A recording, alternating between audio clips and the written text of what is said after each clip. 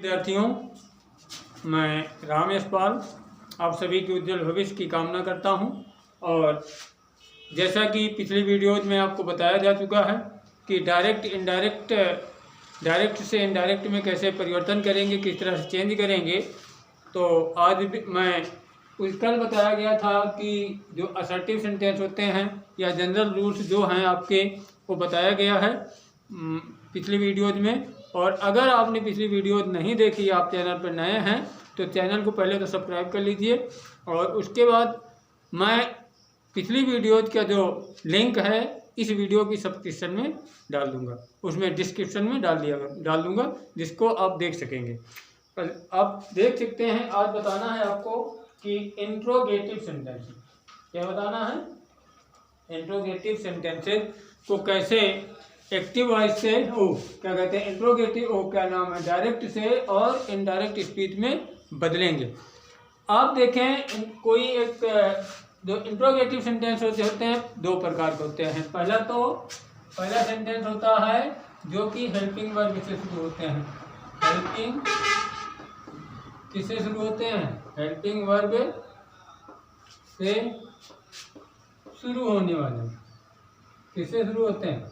Helping verb से शुरू होने वाले वाक्य पहले वाक्य होते हैं जो हेल्पिंग वर्ब से शुरू होते हैं, और इनके आंसर जो है यस या नो में ही दिए जाते हैं। कई लोग इन्हें यस या नो टाइप से क्वेश्चन कहते हैं, ठीक है। तो सर पहला काम क्या करेंगे, आपको पीछे बताया जा चुका है रिपोर्टिंग वर्ब क्या है, रिपोर्टिंग स्पीच क्या है, बाकी सारी चीज़ें जानकारी पिछली वीडियोज में आपको दे दी गया है। और उसमें जनरल रूल्स भी आपको दे दिया गया, सारे जनरल रूल्स आपको बता दिए हैं। आप उस वीडियो को अवश्य देख लेंगे। अब यहाँ देखेंगे पहला नियम, जैसे मान लीजिए सेंटेंस है he said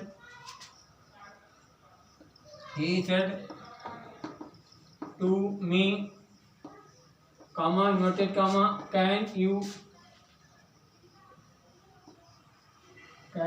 speak in English.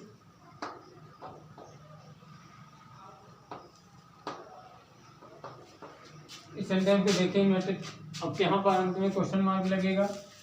इस वाक्य को किसमें बदलना है?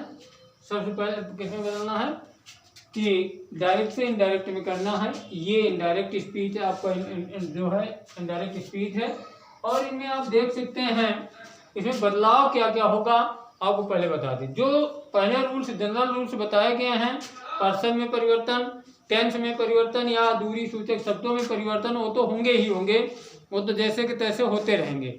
इसके अलावा आप क्या बता रहे हैं, आप इस समय आप देखें कि पहला बात सेड को, जो सेड है या फिर से है या सेड होता है, ये तीनों शब्द अगर हों, इनकी जगह पर हम बदल देंगे क्या? आस्क्ड, क्या बदलेंगे? आस्क्ड, आस्क या आस्क्ड, ठीक है। इस तरह से टेंस के अनुसार इनको आस्क को, सेड को किस में बदलेंगे? आस्क्ड में। आस्क में बदलने के बाद सेड टू हटा देंगे, टू नहीं लगाएंगे। फिर उसके बाद कैन, जो पूरा सेंटेंस है आपका ये, इसको असर्टिव सेंटेंस में बदल देंगे। किस में बदलेंगे? Assertive sentence. असर्टिव सेंटेंस कहने का मतलब कि जो हेल्पिंग वर्ब होती है, जो सब्जेक्ट से पहले है वो सब्जेक्ट के बाद लिखते हैं, उसको क्या कहेंगे? फिर असर्टिव सेंटेंस। जैसे can you speak in English, क्या तुम अंग्रेजी में बोल सकते हो? क्या इसका हो जाएगा you can speak in English, मतलब असर्टिव सेंटेंस, ठीक है। किस तरह से बदल जाएगा देखिए कैसे होता है। आप देखें पहला सेंटेंस को कि ही, देखिए बच्चों, ही के बाद क्या लग जाएगा? आस्क्ड, क्या लगेगा? He asked me. फिर उसके बाद यहाँ पर जो कामा इन्वर्टेड कामा है, यहाँ पर इफ या वेदर का प्रयोग करते हैं। किसका प्रयोग करेंगे? इफ या वेदर का, चाहे इफ का प्रयोग होगा, इफ या वेदर, WETHER, दोनों में से किसी एक का प्रयोग करेंगे। तो हम क्या करते हैं देखते हैं। इफ या वेदर की जगह पर कहाँ पर इफ या वेदर का प्रयोग करें? कामा और इन्वर्टेड कामा के पास। यहाँ पर इन्वर्टेड कामा और कामा को हटा देंगे, यहाँ लिखेंगे इफ या फिर वेदर, जो मर्जी आपकी है, दोनों सही होंगे। वेदर, फिर इस वाक्य को क्या करेंगे, टेंस के अनुसार बदलेंगे। यू किसके अनुसार बदलता है, पर्सन में परिवर्तन वही होंगे। आपको बताया गया कि यू सेकंड पर्सन है, सेकंड पर्सन किसके अनुसार बदलता है, ऑब्जेक्ट के अनुसार। तो ऑब्जेक्ट क्या है इसमें, मी है, मी का सब्जेक्टिव केस आई होगा, इसको लिखेंगे वेदर आई। कैन का कुड हो जाएगा, I could speak in English.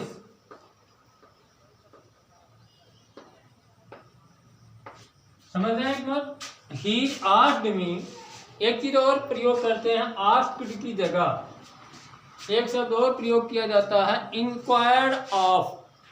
क्या इंक्वायर, क्या प्रयोग किया जाता है, इंक्वायर या इंक्वायर ऑफ। इंक्वायर की देखें, ये लिखा जाएगा इंक्वायर या इंक्वायर ऑफ। ध्यान दें, इंक्वायर और इंक्वायर ऑफ कब लिखा जाता है, यहाँ लिखा जाए इंक्वायर्ड ऑफ। जब वाक्य में जो आपका रिपोर्टिंग वर्ब है उसका जो ऑब्जेक्ट नहीं होगा तो केवल इंक्वायर लिखा जाएगा। लेकिन जब आपके रिपोर्टिंग वर्ब का कोई ऑब्जेक्ट है तो इंक्वायर ऑफ लिखा जाएगा। जैसे इसमें मी है तो लिखा जाएगा ही इंक्वायर्ड ऑफ इफ या whether I cowed speak in English. ठीक है, ये तो हो गया आपका ऐसे सेंटेंस है। अच्छा, एक चीज और ध्यान देंगे, यदि कोई वाक्य डू या डज या डिड से शुरू होता है, किससे शुरू होता है, डू डज डिड से शुरू होता है, तो डू और डज डिड को हटा देते हैं। क्या करते हैं, डू डज डिड को हटा देते हैं। जैसे देखें, आपको बता रहे हैं एक वाक्य, एक सेंटेंस देखें कि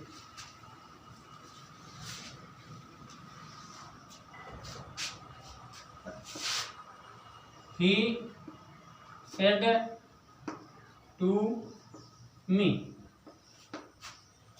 पूछा गया do you live at Sangipur या in Sangipur, do you live in Sangipur.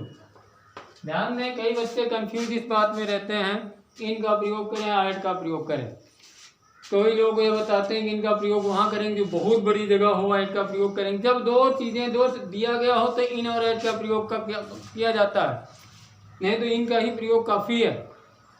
कोई छोटी सी जगह बिल्कुल हो तो ऐड का प्रयोग कर सकते हैं। रोड पर है, जैसे he live at Aurangzeb road, ठीक है कि नहीं।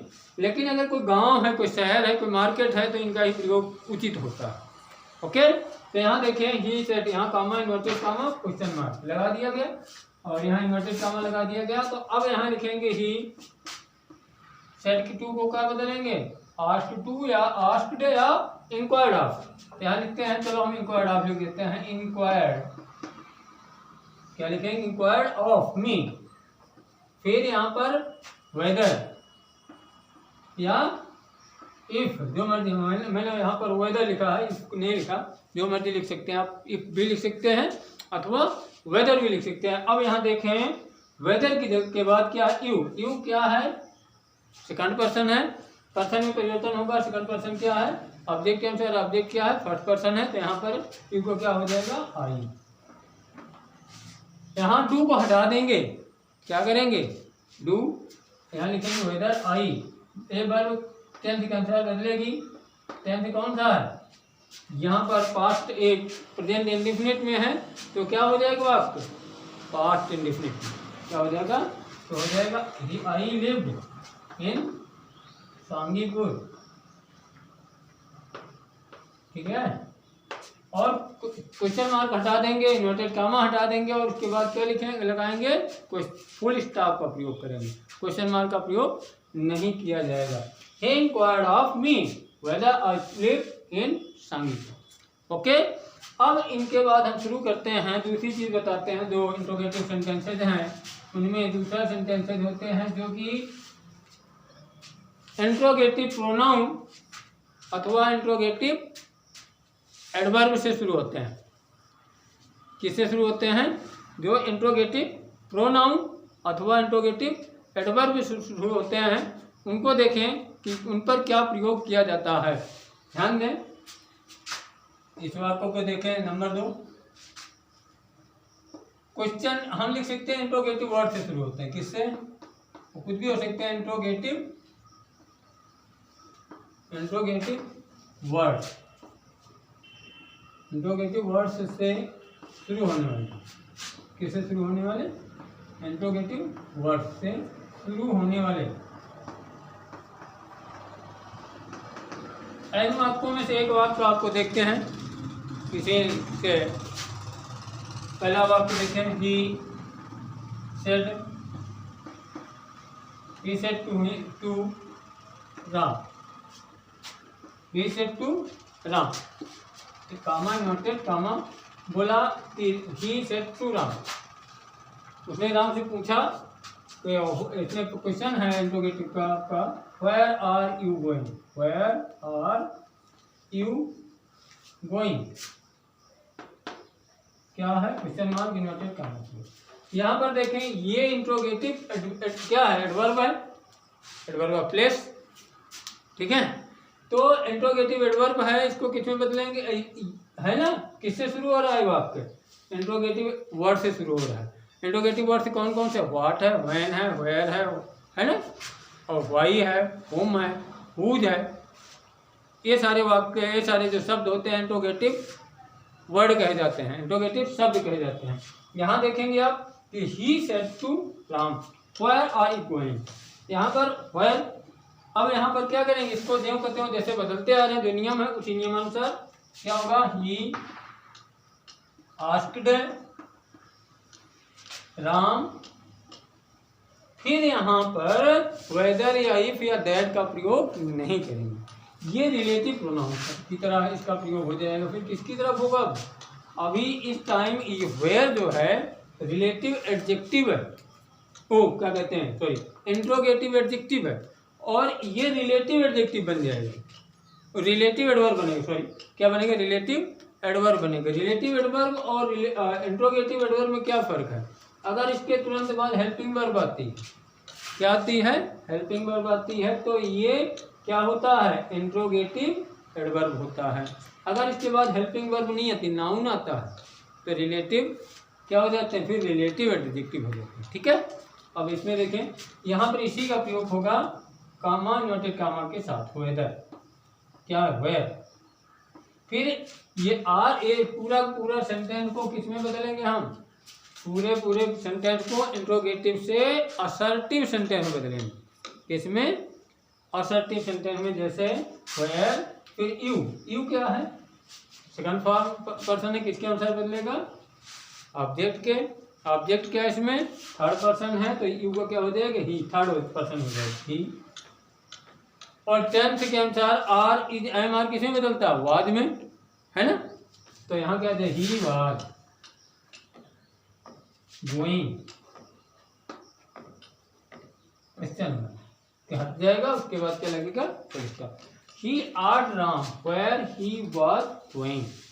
ठीक है, इस तरह से आप सेंटेंसेस जो करिए क्वेश्चन में इसके इंट्रोगेटिव सेंटेंसेस को, और इसके बाद आपको बताया जाएगा इम्पेरेटिव सेंटेंसों के विषय में जानकारी दी जाएगी।